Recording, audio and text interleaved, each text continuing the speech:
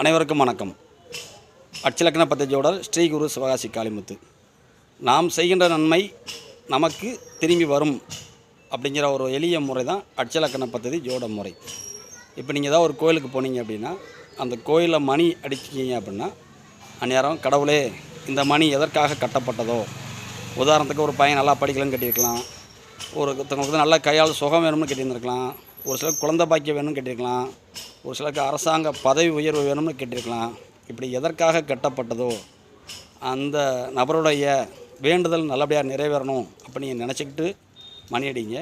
அப்படி அடிக்கும் பொழுதும் உங்களுடைய செயல்பாடுகளும் நல்லபடியாக நடக்கணும்னு நினச்சிக்கிட்டு மணி அடிங்க.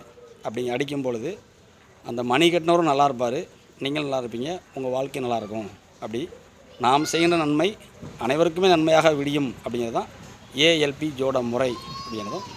அனைவருக்கும் நன்றி. வாழ்க வளமுடன்.